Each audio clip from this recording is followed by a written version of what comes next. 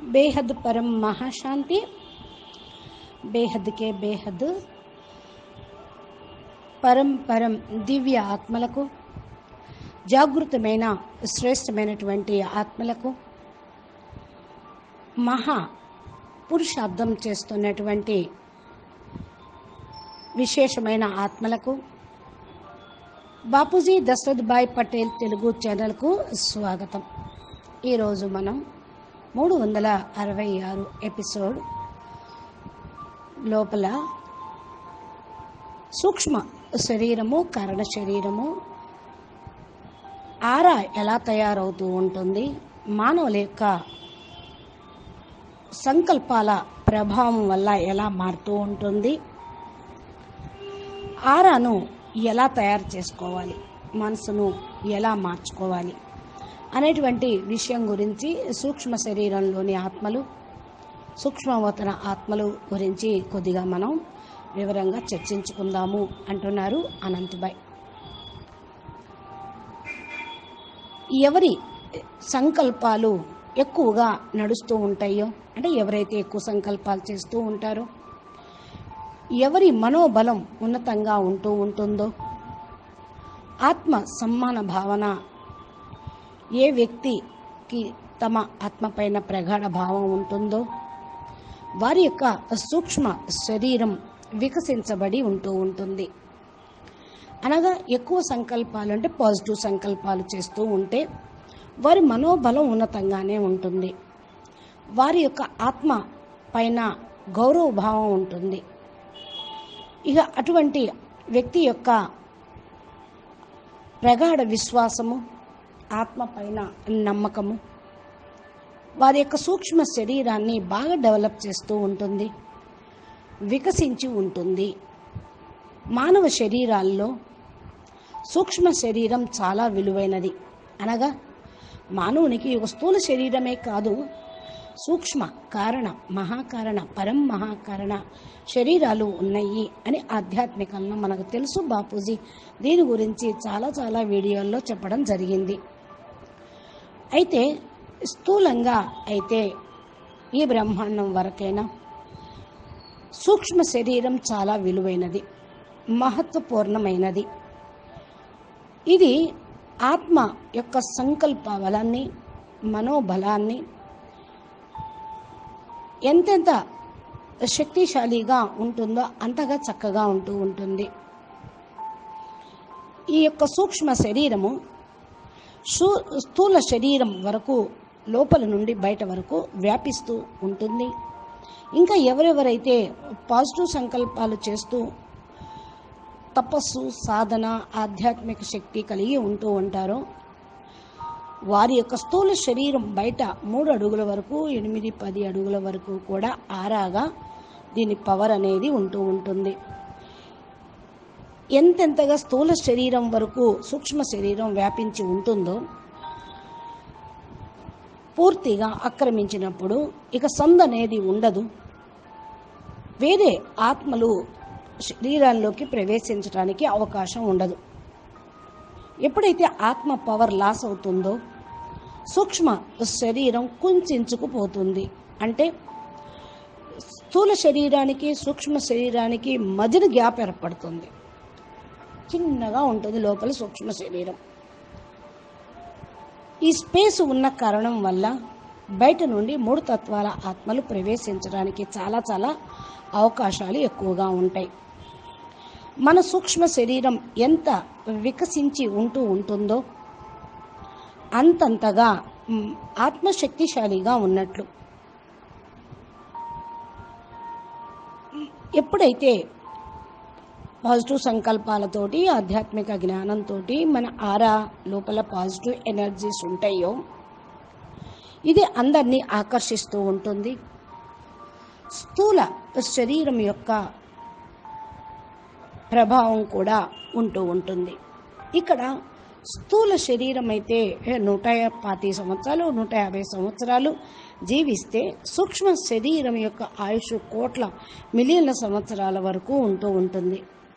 అంటే ఇప్పుడు చూడండి, శరీరం వదిలేసినటువంటి దివ్య ఆత్మలు, ఋషులు, మునులు కూడా తపలోకంలో జనలోకంలో ఉన్నారు అని బాపూజీ చెప్పారు.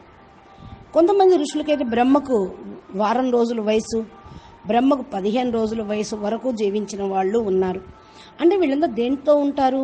3 తత్వాల్లో సూక్ష్మ శరీరంతో కారణ శరీరాన్ని కలిగి ఉంటూ ఉంటారు. ఈ బ్రహ్మాండంలో అయితే మరి ఎంత వయసు ఉంటుందో అంత వయసు ఉంటుందని చెప్తూ ఈ సూక్ష్మ శరీరాన్ని బ్రహ్మతోటి పోల్చారు. అంటే సూక్ష్మ శరీరం కారణ శరీరం ప్రకాశమయంగా ఉంటుంది కాబట్టి బ్రహ్మ అంటే జ్యోతి ప్రకాశం కాబట్టి బ్రహ్మతోటి పోల్చారు.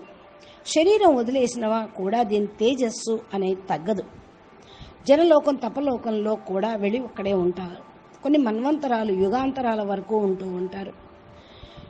ఎందుకంటే ఈ బ్రహ్మాండం కూడా నిరంతరం పెరుగుతూ ఉంటుంది, విస్తృతం అవుతూ ఉంటుంది ఈ యొక్క పవర్ తోటి. దీన్ని సైంటిస్టులు కూడా ప్రూఫ్ చేస్తూ ఉన్నారు. బ్రహ్మాండం రోజు రోజుకి సైజు పెరుగుతుంది అని. ఇది సూక్ష్మ శరీరం చాలా పవర్ఫుల్, ప్యూర్ సంకల్పాలతోటే తయారవుతుంది. ఎవరైతే శాంతి భావంతో ఉంటూ ఉంటారో వాళ్ళ యొక్క సూక్ష్మ శరీరం విస్తృతంగా ఉంటుంది. దీనికని జ్ఞాని యోగి ఆత్మలు బేహద్దు సంకల్పాలు చేస్తూ ఎంత కావాలంటే అంత మీ ఆరాను పెంచుకోవచ్చు. ఇది 3 అడుగుల దగ్గర నుంచి 10 అడుగుల వరకు పెరుగుతుంది. అప్పుడు మీ దగ్గరికి వచ్చిన వాళ్ళు చాలా ప్రభావితం అవుతూ ఉంటారు. ఇప్పుడు చూడండి, సంత్ మహాత్ములు ఋషుల దగ్గరికి వెళ్ళినప్పుడు వారి ఆరాలోని పాజిటివ్ జ్ఞానం పరంపర జ్ఞానం యొక్క రేసెస్ వల్ల ఎదురుగా వచ్చిన వాళ్ళ ఆలోచనలు కూడా మారిపోతాయి. అనగా వీళ్ళ ఆరాలోకి వెళ్ళిపోతే మానవాత్మల యొక్క మనసు మారుతుంది, సంకల్పాలు కూడా మారిపోతూ ఉంటాయి. వీరి యొక్క సూక్ష్మ శరీరంలో అంత శక్తి ఉంటుంది. అది ఆరా ద్వారా ఎదురు ఉన్నటువంటి వారి యొక్క మనోబలాన్ని, ఆత్మిక శక్తిని, జ్ఞానాన్ని కూడా పెంచుతుంది. ఈ జ్ఞానాన్ని రిసీవ్ చేసుకునే శక్తి కూడా వారికి దీని ద్వారా వస్తూ ఉంటుంది. ఇక గృహస్థికుల ఆరా అయితే సామాన్య మానవుల యొక్క ఆరా చాలా తక్కువగా ఉంటుంది. సాధు మహాత్ముల యొక్క ఆరా ఎందుకు ఉంటుంది అంటే ఎక్కువ వారు ఎప్పుడు ఒకే దిశలో ఆలోచిస్తూ ఉంటారు, ఒకే లక్ష్యంలో ముందుకు వెళ్తూ ఉంటారు, ప్రతి సెకండు పురుషార్థంలో ఉంటారు. సామాన్య మానవులైతే సెకండ్లో ఎన్ని ఆలోచనలు చేస్తుంటారో, వాళ్ళ మానసిక స్థితి ఎలా ఎంతెంత మారుతూ ఉంటుందో, దశలు కూడా మారిపోతూ ఉంటాయి. ప్రతి ఒక్క సెకండు మానవుల యొక్క ధ్యాస మారుతూ ఉంటుంది. అందుకే వాళ్ళ ఆరా కుంచుకుపోతుంది. మహర్షుల యొక్క ధ్యాస ఒకే చోట ఉంటుంది, కానీ మానవుల యొక్క ధ్యాస కోట్ల స్థలాల వైపుకు పరిభ్రమిస్తూనే ఉంటూ ఉంటుంది. ఒక్కోసారి ఒకళ్ళని జ్ఞాపం చేస్తారు, ఇంకోసారి ఇంకొకళ్ళని జ్ఞాపం చేస్తుంటారు, ఎవరో ఫోన్లు చేస్తూ ఉంటారు. ఇట్లా మనసులో అనేక ఎన్ని వస్తూనే భ్రమిస్తూనే ఉంటూ ఉంటుంది. దీనితో వారి యొక్క ఆత్మశక్తి జాగృతం కాదు. అందుకనే సూక్ష్మ శరీరం కూడా జాగృతం కాదు. ఎంతెంతగా ఆత్మశక్తి క్షీణిస్తూ ఉంటుందో సూక్ష్మ శరీరం కూడా అంతగా చిన్నగా అయిపోతూ ఉంటుంది. అందుకనే స్థూల శరీరానికి సూక్ష్మ శరీరానికి స్పేస్ అనేది వచ్చేస్తూ ఉంటుంది. అప్పుడు భూత ప్రేతాలు వీళ్ళు 0 కళ ఆత్మలు పర్వాలేదు, వీళ్ళలో ప్రవేశించి తిని తాగి మజా అనుభవించవచ్చు అని ఆధీనపరుచుకోవడానికి ప్రవేశిస్తూ ఉంటూ ఉంటారు. అదే సూక్ష్మ శరీరం మరి కరణ శరీరం పవర్ఫుల్గా ఉంటూ ఉంటే వాళ్ళు దీని పవర్ తోటి అల్లంత దూరాన పారిపోతారు. అందుకని మహాత్ముల యొక్క ఈ యొక్క సూక్ష్మ శరీరం యొక్క అవ్యక్త పవరు, ఊర్జ, ఆభామండలం అనేక వ్యక్తుల్ని కూడా ప్రకాశింపచేస్తూ ఉంటుంది. ప్రకాశపుంజంగా ఉంటే వాళ్ళని లాగటం కూడా జరుగుతూ ఉంటుంది. దీన్ని ఒక రకంగా ఆధ్యాత్మిక ఆరా అని చెప్పవచ్చు. మనం కూడా మన సంకల్పాల పైన ప్రభావంను కంట్రోల్ చేసుకోవాలి. బాపూజీ యొక్క ఆరా కూడా చాలా కిలోమీటర్ల వరకు ఉంటూ ఉంటుంది. ఆ ఆరాలోకి వెళ్ళినప్పుడు ఆయన పవర్ని, ఆయన యొక్క శక్తిని మనము అనుభవం చేసుకోగలుగుతాం. మన మనసు కూడా ప్రశాంతంగా, పవర్ఫుల్గా, పరమ లైట్, పరమ తత్వంలో ఉన్నట్లు మనకు ఫీల్ అవుతూ ఉంటారు. అందుకనే మనం కూడా మన సంకల్పాలని కంట్రోల్ చేసుకుంటే ఎవరి ప్రభావంలోకి వెళ్లకుండా మనం కంట్రోల్లో ఉంచుకోగలుగుతాం. మీ యొక్క సూక్ష్మ శరీరం చాలా పవర్ఫుల్గా అవుతుంది. కారణ శరీరం కూడా ఛార్జ్ అవుతూ ఉంటుంది. ఆత్మ యొక్క శక్తి నెమ్మదిగా జాగృతం అవుతూ ఉంటుంది. ఎవరి సూక్ష్మ శరీరం లైట్గా, పవర్ఫుల్గా ఉంటుందో వాళ్ళు పరం ప్రకాశాన్ని, పరం లైట్ యొక్క అభ్యాసం చేస్తూ ఉంటారు. ఓవరాల్గా వాళ్ళు లైట్ స్వరూపంలోనే ఎక్కువగా ఉంటూ ఉంటారనే చెప్పవచ్చు. వీరికే కాంతి శరీరాలము, మేము కాంతి శరీరదారులం అనే ధ్యాస ఎప్పుడూ ఉంటుంది. అదే మేము ఇక ముందు కూడా అలాగే ఉంటాము, ఇప్పుడు కూడా, తర్వాత కూడా ఉంటాము అనేటువంటి దృఢ సంకల్పం, విశ్వాసం ఉంటుంది. అదే ధ్యాసలో కూడా ఉంటూ ఉంటారు. ఇలాంటి వారికి మానవ శరీరం అనేది ఒక చర్మంలాగా, ఒక డ్రెస్సు పొరం తగిలించుకున్నాము అనే ఫీలింగ్లో ఉంటూ ఉంటారు. ఎందుకు అంటే ఆధ్యాత్మిక మార్గంలో జ్ఞానపరంగా మేము పరం పురుషులం, లైట్ బీయింగ్స్ అనే స్మృతిలో ఉంటూ ఉంటారు. పంచతత్వాల తొడుగు కప్పుకొని ఉన్నామంతే. దీని లోపల మేము లైట్ స్వరూపంలో ఉన్నాము, సూక్ష్మ కారణ శరీరం కలిగి ఉన్నాము అనేటువంటి భావనలో ఉంటూ ఉంటారు. ఏ రోజైతే వీరికి ఈ భూమి మీద కర్మ బంధన ఖతమైపోతూ ఉంటుందో తిరిగి వాళ్ళు లైట్ బీయింగ్గా అయిపోతారు. శరీరం కూడా లైట్గా అయిపోతుంది. ఆత్మ పరం ప్రకాశంగా ఉంటూ ఉంటుంది. దీన్నే అవ్యక్త ఫరిస్తా అని చెప్పవచ్చు. ఫరిస్తాలు లైట్ స్వరూపంలో ఉంటారు. ఆత్మ శరీరం రెండు డబల్ లైట్ స్వరూపంగా ఉంటూ ఉంటారు.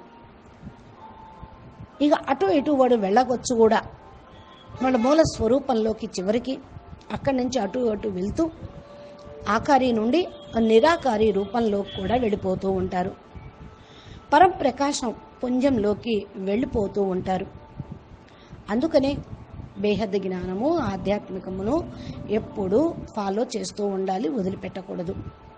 మహాత్ములు, సత్పురుషుల యొక్క ఆభా లోపలికి ప్రకాశ పుంజము ఉన్నది. అది బయటికి వచ్చినప్పుడు, వాయుమండలంలో స్ప్రెడ్ అయినప్పుడు దీని దగ్గరికి వచ్చిన వాళ్ళు ఆ పవర్ని ధారణ చేసి శక్తిని అనుభవం అనేది చేసుకుంటూ ఉంటారు. అప్పుడు వారి యొక్క ఆలోచనలు కూడా మారిపోయి పవర్ఫుల్ ఆలోచనలు చేస్తారు. వారి లోపల ఆలోచనలు మారిపోయినాయి అనే శక్తి వాళ్ళకు కూడా అనుభవం అవుతూ ఉంటుంది. ఇంకా అప్పుడు వాళ్ళు దీన్ని ఇంకా విస్తృతంగా చేసుకోవటానికి ప్రయత్నం చేస్తూ ఉంటారు. ఇంకా అద్భుతమైన అనుభవాలు పొందుతూ ఉంటారు. బేహద్ జ్ఞానంతో ఇంకా చక్కటి అనుభవాలు పొందవచ్చు. జ్ఞానం అనేది జాగృతం చేసేది శక్తి, ఒక పవరు, ఆత్మ యొక్క జాగృతిని కలిగించేది. ఎప్పుడైతే మరి ఇటువంటి స్టేజ్ని పొందుతూ ఉంటారో ఒక ప్రకాశం లాగా ఉంటూ ఉంటుంది. బాపూజీ ఈ ఆరా గురించి చాలా వీడియోల్లో చెప్పారు. మీరు ఈ యొక్క విషయాన్ని ఇప్పుడు ఈ వీడియో ద్వారా విని అనుభూతి పొందండి. మనసు, బుద్ధి, సంస్కారాలన్నీ మీకు ఎలా మారిపోతాయో, మనసు మారిపోతే ప్రపంచమే మారిపోతుందన్న సంగతి మీకు తెలుసు. కానీ ఎవరైతే దురాచారిగా ఉన్నటువంటి వ్యక్తి యొక్క సంకల్పాలు అంత పవర్ఫుల్గా ఉండవు కనుక నెగిటివ్ ఆరా మండలంలో వారు ఉంటూ వారి యొక్క ఆత్మశక్తిని ఖరాబ్ చేసుకుంటారు, సూక్ష్మ శరీరంని ఖరాబ్ చేసుకుంటారు. వీరి సంబంధ సంపర్కంలోకి వచ్చిన వారికి కూడా నెగిటివ్ సంకల్పాలే వస్తూ ఉంటాయి. ఎందుకంటే వీరెప్పుడు మోసము, దగ, దుష్కర్మలు చేస్తూ నెగిటివ్ సంకల్పాలు చేస్తూ ఉంటారు. కాబట్టి ఇదే సూక్ష్మ శరీరం లోపలికి వెళ్ళిపోతూ ఉంటుంది. ఇలా వీరు ఒక ఈవిల్ స్పిరిట్ లాగా అయిపోతారు. అంటే ఇక వేరే ఈవిల్స్ వచ్చినా కూడా వీరిలో ప్రవేశించడానికి వీల్లేదు. ఎందుకంటే వీళ్ళే రాక్షసులుగా ఉంటే ఇంకా వేరే సూక్ష్మ శరీరదారులు భూత ప్రేతాలు ప్రవేశించాల్సిన అవసరం ఏమిటి? వీళ్ళే ఏమైనా చేస్తారు, భూత ప్రేతాల కంటే ఎక్కువ పనులు చేసేస్తారు అంటున్నారు అనంతభాయ్. ఆత్మ జ్ఞానంతో, ఆత్మ అనుభూతితోటి, ఆత్మ రియలైజేషన్ తోటి ఎవరైతే జ్ఞానం పైన ప్రగాఢ విశ్వాసాన్ని కలిగి ఉంటారో, స్ట్రాంగ్గా వారి యొక్క సూక్ష్మ శరీరాన్ని తయారు చేసుకుంటారో, వాళ్ళ యొక్క సంకల్ప శక్తితోటి పూర్తిగా కరణ శరీరాన్ని ఛార్జ్ చేసుకుంటూ సూక్ష్మ శరీరాన్ని మొత్తాన్ని నింపుకుంటూ ఉంటారో, వారు ఇక ఈ స్థూల ప్రపంచం నుండి విడిపడిపోతూ ఉంటారు. ఈ స్థూల ప్రపంచంలోని ఏ సంకల్ప వికల్పాలు వారి లోపలికి ప్రవేశించవు. ఇక ప్రవేశించడానికి ప్రదేశమే ఖాళీనే దానికి ఉండదు. ఎవరి యొక్క చెడు దృష్టి వీళ్ళ మీద పడదు, ఎవరి యొక్క నెగిటివ్ ప్రభావంలోకి వీరు పోరు. ఒకవేళ ఎవరన్నా శాపం ఇచ్చినా కూడా వాళ్ళకి శాపం కూడా తగలదు. చూడండి, ఎగ్జాంపుల్గా పిచ్చివాడు రోడ్డు మీద పోతూ పోతూ తాగినవాడో పిచ్చివాడో అనేక మందిని తిడుతూ ఉంటూ ఉంటాడు. కానీ వాళ్ళు తిట్లేమన్నా వాళ్ళకి చేరతాయా ఏంటి? మరి ఇక్కడ ఆధ్యాత్మిక సంబంధం లేని వాళ్ళు అపరాధ భావంతో హీన స్థితితో ఉంటూ వారు ప్రతి క్షణం కూడా ఆత్మగ్లాని చేసుకుంటూనే ఉంటూ ఉంటారు, ఆత్మను తగలబెట్టుకుంటూ ఉంటూ ఉంటారన్నమాట. ఏదో ఒక రకమైనటువంటి భయంతోటో ఆందోళనతోటో తమ ఆత్మను తామే కథం చేసుకుంటూ ఉంటారు. పరచింతన, నెగిటివ్ సంకల్పాలు చేస్తూ ఉంటే వారి యొక్క ఆత్మ యొక్క శక్తిని వాళ్ళే గొడ్డలు పెట్టుకున్నట్టు. వీరి యొక్క స్వభావం ఎలా ఉంటుందంటే ఎప్పుడు క్రోధంతో మండిపడుతూనే ఉంటూ ఉంటారు. ఇలాంటి భావాలు ఉన్నటువంటి వ్యక్తి ఇతరుల యొక్క మరి అసూయ ద్వేషాలను ఇంకా కలిగిస్తూ ఉంటారు. అదే విధంగా వీరు ఉంటారు. వీరి సూక్ష్మ శరీరం పూర్తిగా డ్యామేజ్ అయి ఉంటుంది. వాళ్ళ శరీరం, సూక్ష్మ శరీరం అన్ని ఘాట్లు పడి ఉంటాయి, అన్ని రంధ్రాలు హోల్స్ పడే ఉంటూ ఉంటాయి. ఇక దీన్ని ఎంతవరకు మరమ్మత్తు చేసుకొని బాగుపడతారంటారు? ఇది ఇప్పటి విషయం కూడా కాదు.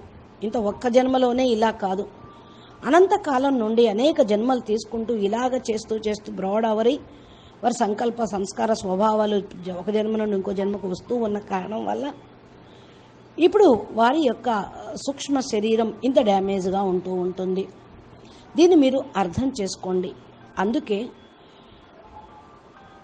ఇలాంటి వారి యొక్క భావాలు ఎలా ఉంటాయంటే అది స్థూల ప్రపంచంలోనే ఇరుక్కుపోయే విధంగా ఉంటూ ఉంటాయి. అజ్ఞానంలో ఉంటూ పరచింతన చేస్తూ జీవిస్తూనే ఉంటారు. మృత్యు తథ్యం అని తెలిసినప్పటికీ కూడా తమను తాము మార్చుకోలేరు. ఇక ఆత్మగ్లాని చేసుకుంటూ ఇక మనిషి యోనిలోనే తిరుగుతూ ఉంటూ ఉంటారు. వీరి సూక్ష్మ శరీరం, ప్రాణ శరీరం కుంచుకుపోతూ ఉంటుంది. ఏ విధంగా స్థూల శరీరానికి ఆహారం ఇవ్వకపోతే శుష్కించిపోతూ ఉంటుందో అదేవిధంగా ఆత్మకు పాజిటివ్ సంకల్పాలు, జ్ఞాన సంకల్పాలు మరి ఆహారం అన్నట్లు. ఇదే ప్రాణమయ శరీరానికి ఆహారం. ఇది ఇవ్వని మానవుడి యొక్క సూక్ష్మ శరీరం ఎలా ఉంటుంది? శుష్కించుకుపోయే ఉంటూ ఉంటుంది. అందుకని సదా జ్ఞానులు ఆత్మ కళ్యాణం కోసం ఆలోచించాలి. కానీ ఆత్మ కళ్యాణం కోసం ఆలోచించకపోతే మరి సంకల్పాల్లో పవర్ అనేది రానే రాదు. ఎప్పుడైతే మీ ఆత్మలో పవర్ ఉంటుందో, సంకల్పాలు ఉంటుందో తప్పకుండా మీరు విశ్వ కళ్యాణం చేయగలుగుతూ ఉంటారు. బేహద్దు పిల్లల యొక్క 6 నుండి 10 అడుగుల వరకు పరం లైట్, పరం ప్రకాశంతో నింపుకొని ఉండాలి. కానీ నెగిటివ్ ఆలోచన చేశారో ఆత్మ పవర్ డౌన్ అవుతుంది. ఎందుకంటే ఆత్మ ఎంత చిన్నది, అతి సూక్ష్మం. మీరు బొట్టు పెట్టుకుంటారే దానికంటే కూడా అతి సూక్ష్మం. దీనితోటి ఆరా తయారవుతుంది. మనసుతోటి, సంకల్పాలతోటే ఆరా తయారవుతూ ఉంటుంది. మీరు ఎప్పుడైతే నెగిటివ్ సంకల్పాలు చేస్తారో మీ శక్తి అంతా కూడా పోతూ ఉంటుంది. అప్పుడు ఆత్మను ఈ శరీరం అంతా ఎంటీ స్పేస్ లాగా చేసేస్తూ ఉంటుంది. ఈరోజు ఆరా ఎలా ఉంటుందో ఏంటో అనేది ఆరాను చూసే ఫోటోగ్రఫీ వచ్చింది. అది ఎంత ఉన్నది, ఏ కలర్లో ఉంది, ఎలా ఉంటుంది అని తీస్తున్నారు. అయితే జ్ఞానంతో మనము సెల్ఫ్ కాన్ఫిడెన్స్ని కలిగి ఉంటూ మన ఆలోచనలను, మనన చింతనను ఎంతవరకు ఏ లెవెల్లో ఉంటుందో ఆ లెవెల్ వరకు మీ యొక్క ఆరా కనపడుతూ ఉంటుంది. జ్ఞానం విన్నంత మాత్రాన మీకు ఆ ఆరా పెరిగిపోతుందని కాదు. జ్ఞానంతో పాటు సెల్ఫ్ కాన్ఫిడెన్స్ ఉండాలి, సోల్ కాన్ఫిడెన్స్ ఉండాలి, పాజిటివ్ మన చింతన ఉండాలి. అది లేకుండా భౌతిక ప్రపంచం వైపే ఉంటూ మీ మనసుని స్థూలము సుఖభోగాల వైపే ఉంచుకుంటూ ఉంటే జ్ఞానం విని ఏం లాభం? మీ ఆరా పర్మనెంట్గా ఉంటుందా? ఉండదు కదా. కనీసం ఆత్మస్వరూపంలో రోజుకు అర్ధగంట అన్నా సరే ధ్యానం చేయకపోయినా, యోగం చేయకపోతే ఆరా ఇంకేమి లభిస్తుంది? ఎంత వెడల్పు ఉంటుంది? మనం ఆధ్యాత్మిక మార్గంలో నడుస్తున్నాం కనుక స్వపరివర్తన కావాలి అనే జ్ఞాన స్థితిని, ఆత్మస్థితిని మనం ధారణ చేయాలి. కొంతమందికి అయితే ఇతరుల వ్యాఖ్యానాలు వినటంతో ఉబ్బి తబ్బిబ్బైపోతూ ఉంటారు.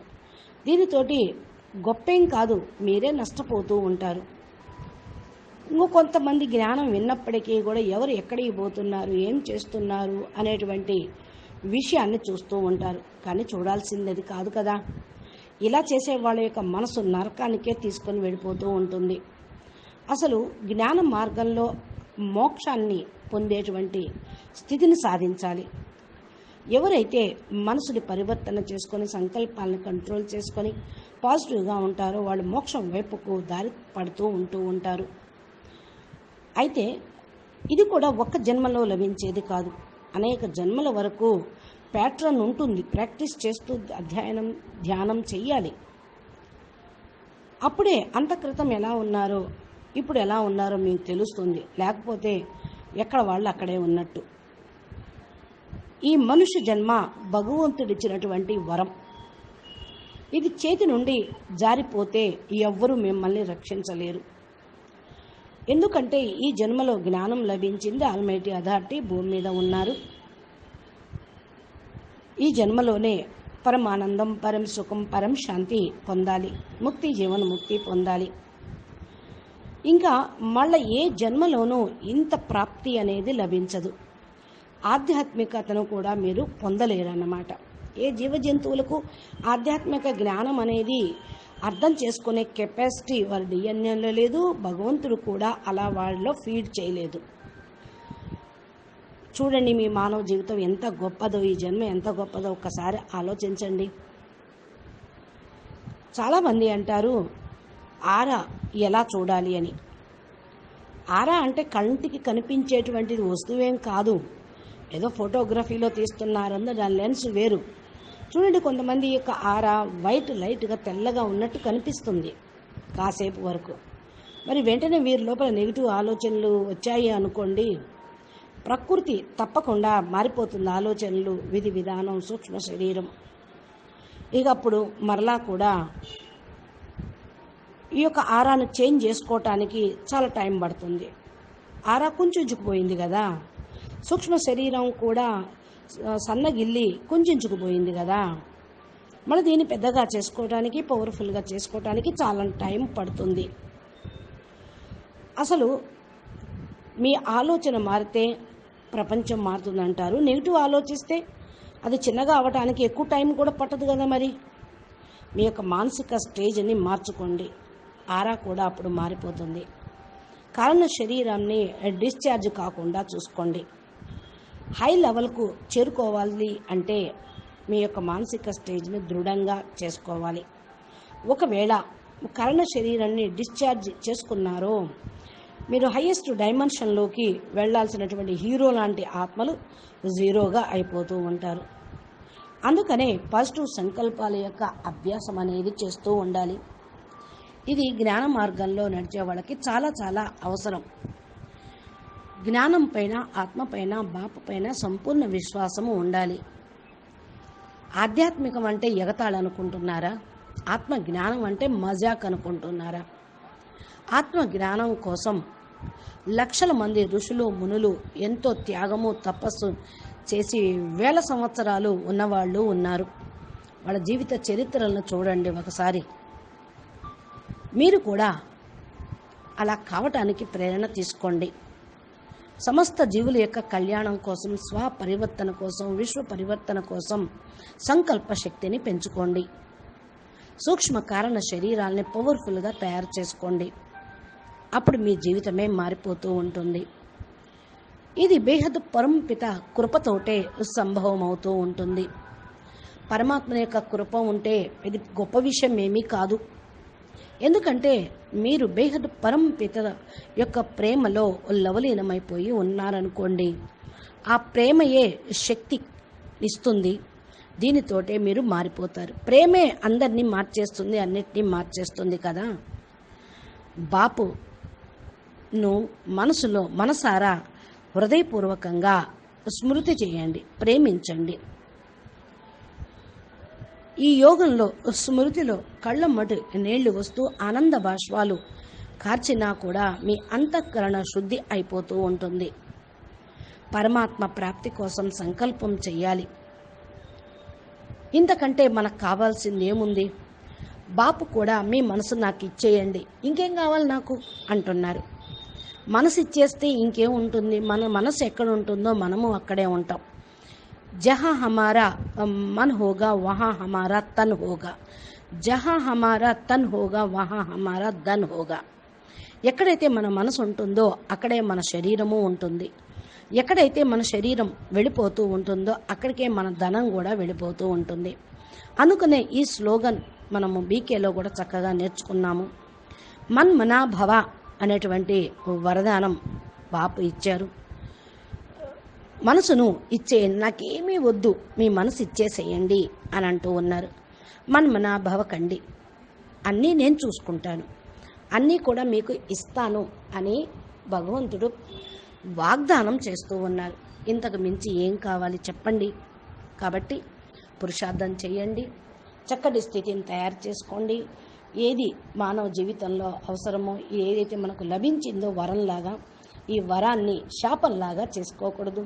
జీవితాన్ని ధన్యం చేసుకొని సార్థకం చేసుకుంటూ మనం దేనికోసమైతే భూమి మీదకి వచ్చామో ఆ కార్యక్రమం చేసి వెళ్దాము. విశ్వ పరివర్తన, విశ్వ కళ్యాణం కోసమే మనల్ని భగవంతుడు కూడా మనల్ని కిందకు పంపించడం జరిగింది. మన అవతరణే దీనికోసము. కాబట్టి ఈ శుభ సంకల్పం చేస్తూ, విశ్వ కళ్యాణం చేస్తూ, విశ్వ ఉద్ధరణ చేస్తూ, మనం ఉద్ధరించబడుతూ ముక్తి, జీవన్ముక్తి అందరికీ ఇస్తూ మనం జీవన్ముక్తిలోకి పోవటానికి పురుషార్థం అనేది చేస్తూ ఉండండి. అచ్చా, పరం శాంతి. నమస్తే, ధన్యవాదాలు. बेहद के बेहद परम परम परम महाशांति है, महाशांति है, महाशांति है. బాపూజీ దశరథభాయ్ పటేల్ తెలుగు ఛానల్లో బాపూజీ చెప్పేటువంటి దివ్య సందేశాలు, మా దివ్య సందేశాలు, బాపూజీ అద్భుతమైన జ్ఞానము ప్లేలిస్ట్లో ఉన్నది. మీరు మా ఛానల్ని సబ్స్క్రైబ్ చేసి గంట సింబల్ని ప్రెస్ చేస్తే నోటిఫికేషన్ రూపంలో మీ మొబైల్కి చేరుకుంటాయి. ఇంకా రోజు అనంతుభాయ్ లైవ్ యొక్క స్పీచెస్ తెలుగులో కూడా అనువదించబడుతూ ఉన్నాయి. ఇది రోజు అప్లోడ్ చేస్తూ ఉన్నారు. దీన్ని మీరు రోజు వింటూ దీంట్లో పార్టిసిపేట్ చేస్తూ మీ జీవితాన్ని ధన్యం చేసుకుంటారు అని ఆశిస్తూ ఉన్నాము. అచ్చా, నమస్తే, ధన్యవాదాలు. పరం మహాశాంతి. బేహద్ పరం మహాశాంతి.